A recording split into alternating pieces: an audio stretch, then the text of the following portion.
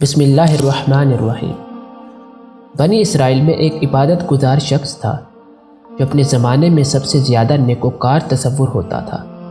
وہاں 3 بھائی تھے جن کی ایک ہی نوجوان بہن تھی۔ تینوں جہاد فی سبیل اللہ کے لیے نکلے تو انہوں نے سوچا کہ بہن کو کس کے پاس چھوڑیں اور کس پر اعتماد کریں۔ انہیں کچھ سجائی نہیں دے رہا تھا۔ بالآخر وہ اس بات پر متفق ہو گئے کہ اپنی بہن کو بنی اسرائیل کے عبادت گزار شخص کے پاس اس کے پڑوس میں چھوڑ دے۔ وہ اس کے پاس آئے اور اپنا مدعا بیان کیا، لیکن اس نے انکار کر دیا اور اللہ کی پناہ مانگی۔ لیکن ان کا لگاتار اصرار اس کے انکار پر غالب آ گیا۔ اس عابد نے کہا، اپنی بہن کو میرے عبادت خانے کے پڑوس کے ایک گھر میں رہائش پذیر کر دو۔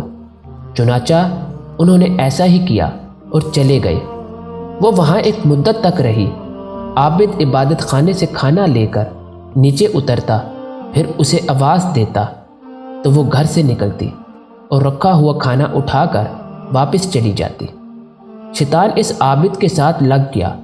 وہ اسے خیر و بھلائی کی ترغیب و تشویق دلاتا اور اس کے ذہن میں یہ بات ڈالتا کہ لڑکی کا دن کے وقت گھر سے نکلنا بہت خطرے کی بات ہے۔ اگر کسی نے اسے دیکھ لیا تو کچھ ایسا ویسا ہو سکتا ہے۔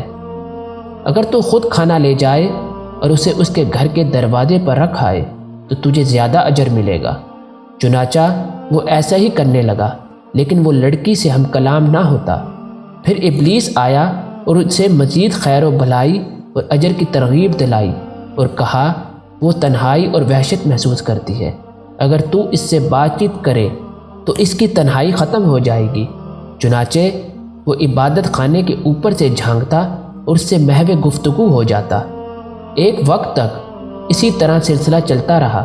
پھر ابلیس اس کے پاس آیا اور کہا، اگر تو عبادت خانے سے اتر کر دروازے پر بیٹھے اور وہ بھی اپنے گھر کی دہلیز پر بیٹھ جائے اور اس سے باتیں کیا کرو تو لڑکی کی وحشت ختم ہو جائے گی۔ چنانچہ اس انداز سے ان کی گفتگو ہونے لگی۔ ایک زمانہ بیت گیا۔ پھر ابلیس آیا اور لڑکی کے متعلق خیر و بھلائی کی ترغیب دلاتے ہوئے اسے کہنے لگا، اگر تو عبادت خانے سے باہر نکلے اور لڑکی کے قریب بیٹھ کر اس سے بات چیت کرے تو اس کے لیے زیادہ بہتر ہوگا۔ شیطان اسے آمادہ کرتا رہا یہاں تک کہ وہ ایسا کرنے لگا۔ کچھ مدت کے بعد شیطان پھر آیا اور یہ کہتے ہوئے نیکی کی ترغیب دلائی کہ اگر تو اس کے قریب جا کر اس کے گھر کے دروازے کے پاس بیٹھ کر بات چیت کرے جبکہ لڑکی گھر سے باہر نہ نکلے تو اس نے ایسا ہی کیا۔ وہ عبادت خانے سے اترتا اور اس کے گھر کے دروازے کے پاس کھڑا ہو کر باتیں کرتا۔ اس طرح یہ سلسلہ چلتا رہا۔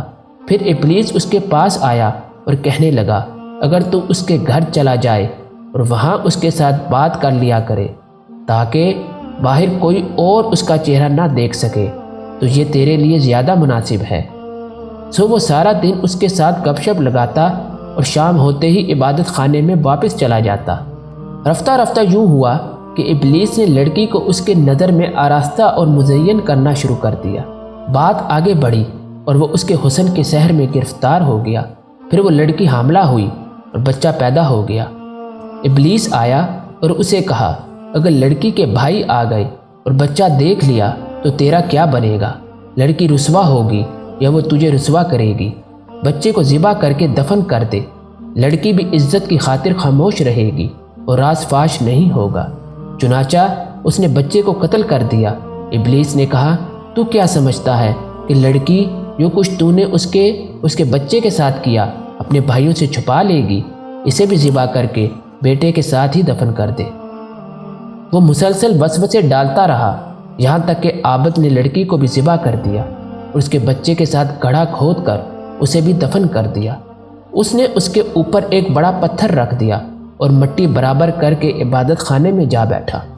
ایک عرصہ گزرنے کے بعد اس لڑکی کے بھائی جنگ سے واپس آ گئے تو وہ عابد کے پاس آئے اور اپنی بہن کے متعلق پوچھا۔ اس نے بتلایا کہ وہ وفات پا چکی ہے۔ پھر اس نے رحمت کی دعا کی اور روتا رہا اور کہا، وہ ایک اچھی خاتون تھی، یہ تمہارے سامنے اس کی قبر ہے۔ بھائی قبر کے پاس آئے، وہ روتے اور دعا کرتے رہے اور کئی دن وہیں ٹھہرے رہے۔ پھر اپنے اپنے گھروں کو لوٹ گئے۔ جب رات چھا گئی اور وہ نیند کی آغوش میں چلے گئے تو شیطان مسافر کے روپ میں ان کے پاس خواب میں آیا۔ بڑے بھائی سے شروع ہوا اور اس سے ان کی بہن کے متعلق پوچھا۔ اس نے عابد کی بات کہہ سنائی، لیکن شیطان نے اسے جھٹلایا اور کہا، عابد نے تمہاری بہن کی بابت سچ نہیں بولا، بلکہ اس نے تمہاری بہن کو حاملہ کیا، جس سے ایک بچہ پیدا ہو گیا۔ پھر اس نے اسے اور بچے کو تمہارے خوف سے ذبح کر دیا اور اسے گھر کے دروازے کی عقب میں گڑھا کھود کر دفن کر دیا۔ گھر میں داخل ہوتے ہی دائیں جانب تم کو وہ گڑھا مل جائے گا۔ پھر شیطان درمیانے بھائی کے خواب میں آیا اور یہی بات کہی۔ پھر تیسرے اور چھوٹے سے بھی یہی کہا۔ جب صبح وہ بیدار ہوئے تو سبھی خواب سے متعلق حیران تھے۔ ہر کوئی اپنا خواب دوسرے کو بتا رہا تھا۔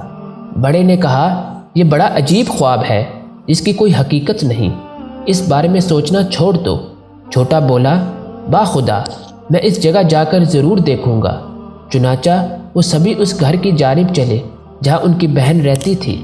انہوں نے دروازہ کھولا اور اس جگہ کو تلاش کیا جو شیطان نے خواب میں ذکر کی تھی۔ وہاں انہیں وہ گڑھا مل گیا جہاں ان کی بہن اور اس کا بچہ ذبح کر کے دفن کر دیے گئے تھے۔ انہوں نے اس بارے میں عابد سے دریافت کیا۔ اس نے ابلیس کی بات کی تصدیق کر دی۔ وہ اس کا معاملہ حکمران کے پاس لے گئے۔ چنانچہ عبادت خانے سے اتار کر اسے سولی کے لیے پیش کر دیا گیا۔ جب اسے رسیوں سے باندھ دیا گیا تو شیطان پھر اس کے پاس آیا اور بولا، میں ہی ہوں جس نے تجھے عورت کے بارے میں فتنے میں مبتلا کیا اور اسے تو نے حاملہ کیا، پھر اس کے بیٹے کو ذبح کر دیا۔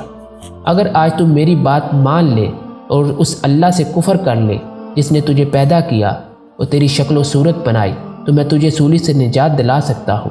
سو عابد نے اللہ کے ساتھ کفر کر لیا۔ جو ہی اس نے کفر کا ارتکاب کیا تو شیطان درمیان سے نکل گیا اور انہوں نے اسے سولی دے دی۔ اسی کے متعلق یہ آیت نازل ہوئی، شیطان کی طرح کہ اس نے کہا کفر کر۔ جب وہ کفر کر چکا تو کہنے لگا، میں تو تجھ سے بری ہوں، میں تو اللہ رب العالمین سے ڈرتا ہوں۔ بس دونوں کا انجام یہ ہوا کہ آتش دوزخ میں ہمیشہ کے لیے گئے اور ظالموں کی یہی سزا ہے۔